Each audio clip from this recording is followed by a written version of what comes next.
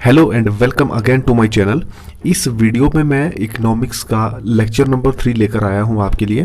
Physical policy के बारे में डिटेल में पढ़ेंगे हम, सो प्लीज़ वीडियो को एंड तक ज़रूर देखना। तो चलिए स्टार्ट करते हैं हमारा आज का टॉपिक, फिजिकल पॉलिसी। देखिए, एक कंडीशन होती है, या तो मार्केट में बहुत ज़्यादा पैसा होता है, यानी कि मनी सप्लाई मार्केट में ज़्यादा होती है, जिससे इन्फ्लेशन हो जाता है, प्राइस बढ़ने लगते हैं। हर आदमी के पास पैसा होता है तो हर आदमी कहता है मैं तो इस चीज के लिए ज्यादा पे कर दूंगा। हर आदमी ज्यादा देना चाहता है तो प्राइस बढ़ने लगते हैं। उस टाइम गवर्नमेंट को कोई मेजर लेना होता है कि वो किसी तरीके से मनी सप्लाई को कम कर दे, यानी जो मार्केट में पैसा है उस पैसे को कम कर दे। दूसरी चीज ये होती है कि अगर मार्केट के अंदर पैसा बहुत कम है तो उस टाइम क्या होता है कि डिफ्लेशन होने लगता है। लोगों के पास पैसा कम होता है, लोग खरीद नहीं पाते हैं लोग, तो इस तरह से प्राइस और गिर जाते हैं, तो डिमांड कम हो जाती है। इसलिए मैन्युफैक्चरर्स भी कम बनाते हैं चीज़ें और इस तरह सप्लाई भी कम होती है। अब अगर सप्लाई कम होती है तो अनएम्प्लॉयमेंट हो जाती है, डिमांड के साथ साथ प्राइस भी घटते चले जाते हैं। उस वक्त मार्केट के अंदर मनी सप्लाई बहुत कम होती है, लोगों के पास पैसा बहुत कम होता है। अब गवर्नमेंट को कोई इसके लिए टूल इस्तेमाल करना होता है जिससे कि मनी सप्लाई मार्केट के अंदर बढ़ जाए। अब दो कंडीशन सामने आ गई, कहीं तो मार्केट में गवर्नमेंट या सेंट्रल बैंक को पैसे की सप्लाई बढ़ानी होती है और कहीं पैसे की सप्लाई कम करनी होती है। इस काम के लिए गवर्नमेंट दो टूल्स को यूज करती है, जिसमें एक को कहते हैं फिजिकल पॉलिसी और दूसरी मॉनेटरी पॉलिसी। मॉनेटरी पॉलिसी को हम नेक्स्ट लेक्चर में डिस्कस करेंगे, पर मैं थोड़ा सा उसके बारे में आइडिया देना चाहूँगा कि मॉनेटरी पॉलिसी क्या है। देखिए, अगर बैंक के अंदर इंटरेस्ट रेट बहुत बढ़ जाए तो हम सेविंग्स पर इंटरेस्ट बहुत ज़्यादा दे रहे हैं, तो लोग क्या करेंगे कि लोग मार्केट में जो पैसा है उस पैसे को निकाल देंगे और बैंक में रख देंगे, क्योंकि हमें इंटरेस्ट ज़्यादा मिल रहा है। और जब मार्केट से ज़्यादा मिलेगा तो वो इन्वेस्टमेंट से निकाल देंगे पैसा और बैंक के पास रख देंगे। इससे क्या होगा कि जो मनी सप्लाई ज़्यादा है मार्केट में, तो मनी सप्लाई कम हो जाएगी, लोग मार्केट से लेंगे पैसा और बैंक में रखेंगे। दूसरी तरफ जब इसका बिल्कुल अपोजिट होता है, यानी कि मनी सप्लाई कम होती है, तो सेंट्रल बैंक पैसे बढ़ाना चाहता है। क्या करता है वो कि इंटरेस्ट रेट को एकदम कम कर देगा। जब इंटरेस्ट रेट को कम कर दिया जाएगा तो लोग क्या सोचेंगे कि अब तो बैंक में रखने का कोई फ़ायदा ही नहीं है, सो बैंक से निकालेंगे पैसा और मार्केट में इन्वेस्ट कर देंगे। तो मार्केट के अंदर इन्वेस्टमेंट बढ़ने लगती है तो प्रोडक्शन बढ़ने से क्या होता है कि एम्प्लॉयमेंट बढ़ेगी तो इनकम बढ़ती है तो स्टैंडर्ड ऑफ लिविंग बढ़ता है और प्राइस बढ़ते हैं। ये हमने डिस्कस किया मॉनेटरी पॉलिसी के बारे में। फिजिकल पॉलिसी के अंदर गवर्नमेंट डायरेक्ट मेजर लेती है। ये तो सेंट्रल बैंक का केस था मॉनेटरी पॉलिसी। फिजिकल पॉलिसी में गवर्नमेंट ही ये काम करती है। अब गवर्नमेंट कैसे करती है? जब मनी सप्लाई ज़्यादा है तो टैक्स बढ़ा देगी तो उसका रेवेन्यू बढ़ जाएगा, मार्केट से पैसा गवर्नमेंट के पास आ जाएगा। जब मनी सप्लाई कम होती है तो डिफ्लेशन होता है, मार्केट के अंदर जो टैक्स कट कर दिए जाते हैं तो मनी सप्लाई बढ़ा दी जाती है और एक्सपेंडिचर जो है वो बढ़ा दिए जाते हैं। एक्सपेंडिचर गवर्नमेंट ज़्यादा करने लगती है तो इससे पेमेंट मार्केट में बढ़ जाती है और फिर से वो मनी सप्लाई बढ़ जाती है और प्राइस नॉर्मल पर आ जाता है। तो अब हम फिजिकल पॉलिसी को डिस्कस करेंगे कि फिजिकल पॉलिसी होती क्या है। देखिए, ये जो फिजिकल पॉलिसी होती है इसको हम सिंपल वर्ड्स में कह सकते हैं कि use of government revenues collection and expenditure to influence country's economy. यानी जो गवर्नमेंट स्पेंडिंग्स करती है वो बड़े बड़े प्रोजेक्ट में पैसा लगाती है, इसी से कंट्री की जो है इकोनॉमिक कंडीशन को मेंटेन किया जाता है। फिजिकल पॉलिसी में सिंपली देखिए, गवर्नमेंट को कितना टैक्स लेना है या कितना एक्सपेंडिचर करना है, ये एक पॉलिसी के तहत तय किया जाता है। This has to be decided by a policy and that policy is called as physical policy. लेकिन ये गवर्नमेंट करती है, यानी कि गवर्नमेंट फिजिकल पॉलिसी जो है उसके ज़रिए डिसाइड करती है कि कितना वो टैक्स लेगी और कितना खर्च करेगी। देखिए 1930 में एक ग्रेट डिप्रेशन आया था वर्ल्ड के अंदर, तो ये खास वक्त था जब मॉनेटरी पॉलिसी पर एम्फेसाइज हुआ। वैसे कीन्स ने ये सब किया था। उस टाइम से फिजिकल पॉलिसी माइक्रो इकोनॉमिक्स के अंदर एक इम्पॉर्टेंट टूल हो गई है जो हम आज भी यूज़ करते हैं। जो क्लासिकल इकोनॉमिस्ट थे उन्होंने फिजिकल पॉलिसी को एक बहुत ही लिमिटेड रोल दिया हुआ था। वो कहते थे कि गवर्नमेंट के पास एक लिमिटेड बजट काफ़ी है, यानी कि एक उसके पास बैलेंस बजट हो जिससे कि वो सिर्फ अपने पुलिस फंक्शंस और अपनी जो कंट्री के काम हैं वो करे। इकोनॉमिक कंडीशंस में उसका कोई रोल नहीं है। लेकिन ये आइडिया कीन्स ने 1930 के अंदर ख़त्म कर दिया। उन्होंने कहा कि क्लासिकल इकोनॉमिक्स जो हैं वो गलत कहते हैं। अब government intervention as well as the balance budget both are necessary to boost the country's economic conditions, क्योंकि उस टाइम 1930 के अंदर वर्ल्ड की ज़्यादातर कंट्रीज इस डिप्रेशन में थी जिसका सिर्फ और सिर्फ सोल्यूशन था गवर्नमेंट इंटरवेंशंस। उस टाइम ये फिजिकल पॉलिसी जो है वो यूज़ में आई, जो कीन्स ने एक टूल दिया। उसने बताया कि ये एक पॉलिसी है जिससे गवर्नमेंट मार्केट के अंदर किसी तरीके से मनी सप्लाई बढ़ाएं, और मनी सप्लाई बढ़ाने से प्रोडक्ट होगा, इन्वेस्टमेंट ज़्यादा होगी, ज़्यादा खरीदेंगे तो प्रोडक्शन भी ज़्यादा होगी, और प्रोडक्शन ज़्यादा होगी तो एम्प्लॉयमेंट बढ़ेगा।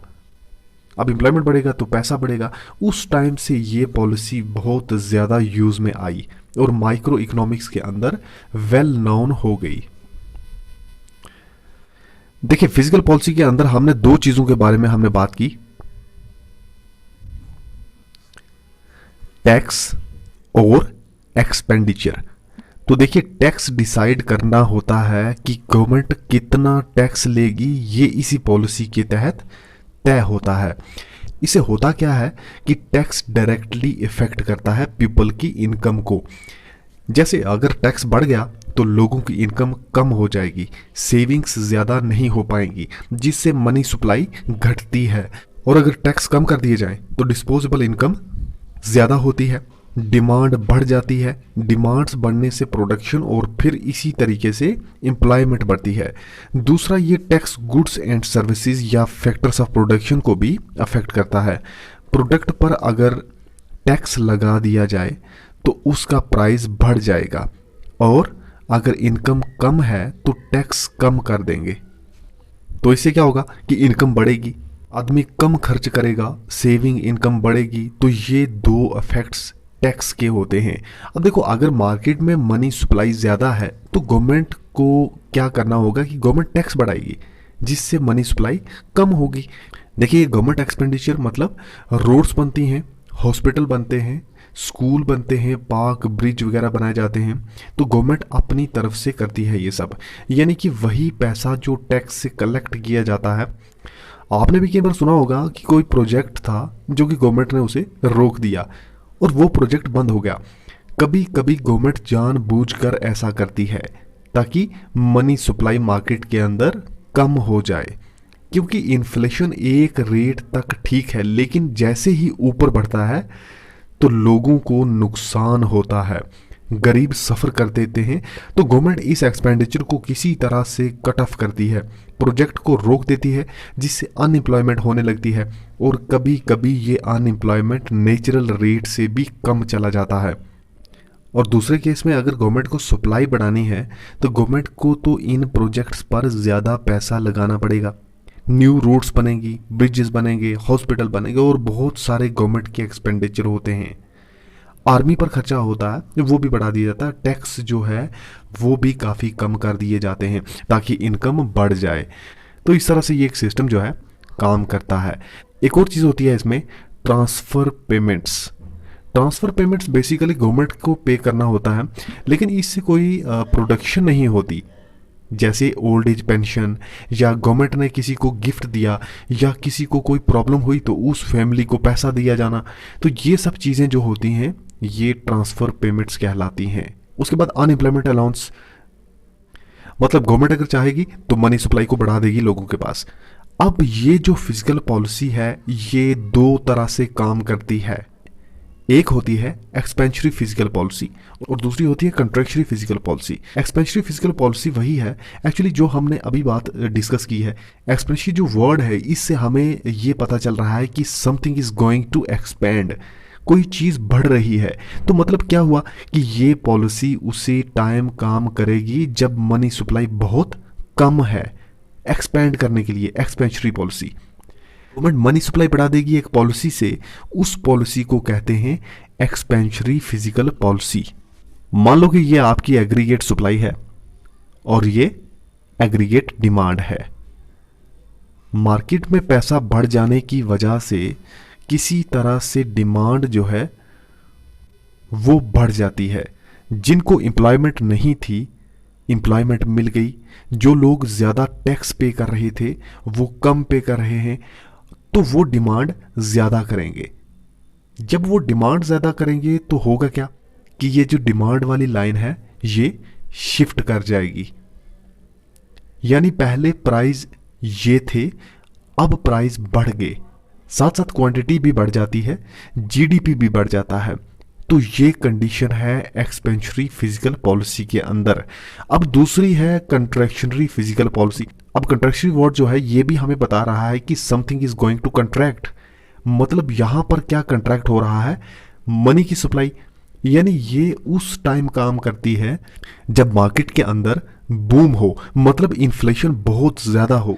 उस टाइम गवर्नमेंट को अपनी एक पॉलिसी का यूज़ करना होता है और मनी सप्लाई को कॉन्ट्रैक्ट करना होता है, इसलिए इसे कंट्रैक्शनरी फिजिकल पॉलिसी कहते हैं। इसमें गवर्नमेंट सबसे पहले टैक्सेस बढ़ा देगी। टैक्सेस को बढ़ाएगी तो क्या होगा कि लोगों के पास जो इनकम ज़्यादा आ रही थी एक पोर्शन उसका यानी कि डिस्पोजेबल इनकम जो है वो घट जाएगी। अब सेविंग घटेगी तो इन्वेस्टमेंट घटेगी, इन्वेस्टमेंट घटेगी तो प्रोडक्शन घटेगी, प्रोडक्शन घटेगी तो प्राइस नीचे आएंगे, लोगों के पास इनकम कम हो जाएगी, इनकम कम होगी तो लोग कम खरीदेंगे, कम खरीदेंगे तो क्या होगा, प्राइस नीचे आ जाएगा। तो ये एक तरीके से कंट्रैक्ट करता है किसको, इकोनॉमी को। इसीलिए इसे कंट्रैक्शनरी फिजिकल पॉलिसी कहते हैं। ताकि मैंने आपको पहले भी बताया कि जैसे अगर ये एग्रीगेट सप्लाई है और ये एग्रीगेट डिमांड है, अब टैक्सेस बढ़ाने से या एक्सपेंडिचर कम करने की वजह से इकोनॉमी के अंदर पैसा कम हो रहा है। जब ये डिमांड कम हो जाएगी तो तब ये शिफ्ट कर जाएगी लेफ्ट में, तो अब ये डिमांड यहां पर आ गई है।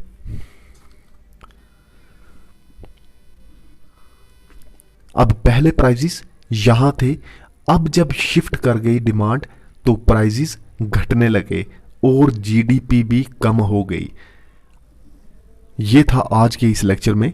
आई होप कि ये फिजिकल पॉलिसी आपकी समझ में आई होगी।